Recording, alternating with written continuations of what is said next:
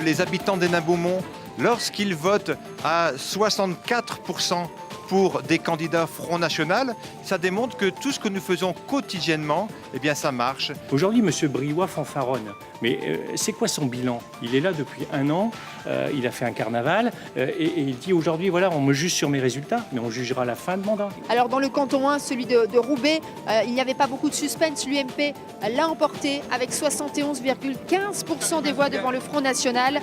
On l'a vu quand M. le maire a annoncé les résultats dans une explosion de joie puisque ce choix des électeurs roubaisiens confirme les municipales de l'an passé. Le département ne pouvait pas continuer à être géré de la manière avec laquelle il est géré aujourd'hui parce que financièrement, il n'en a plus les moyens.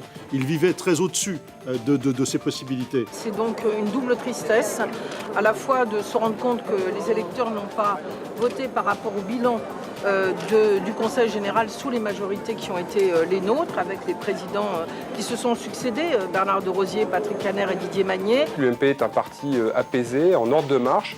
On voit bien qu'il y a une dynamique qui a été créée. Alors, c'est vrai dans le département du Pas-de-Calais, dans le département du Nord, mais c'est également vrai partout en France. Donc... Disons qu'à ce stade-là, à cette heure-ci, à 21h40, on peut vous dire que la gauche va très probablement conserver une majorité absolue dans le Pas-de-Calais. C'est toujours l'effet Borloo sur Valenciennes. Eh bien sûr, l'effet Borloo et le travail de terrain sur un territoire qui n'était pas forcément de droite, même pas de centre. Vous avez quitté le Sénat. Je ne suis soit pas assez courageux, soit pas assez intelligent pour gérer en même temps un département aussi important que le Nord et puis avoir une activité parlementaire telle que je l'imagine. Je ne voulais pas être un touriste au Parlement.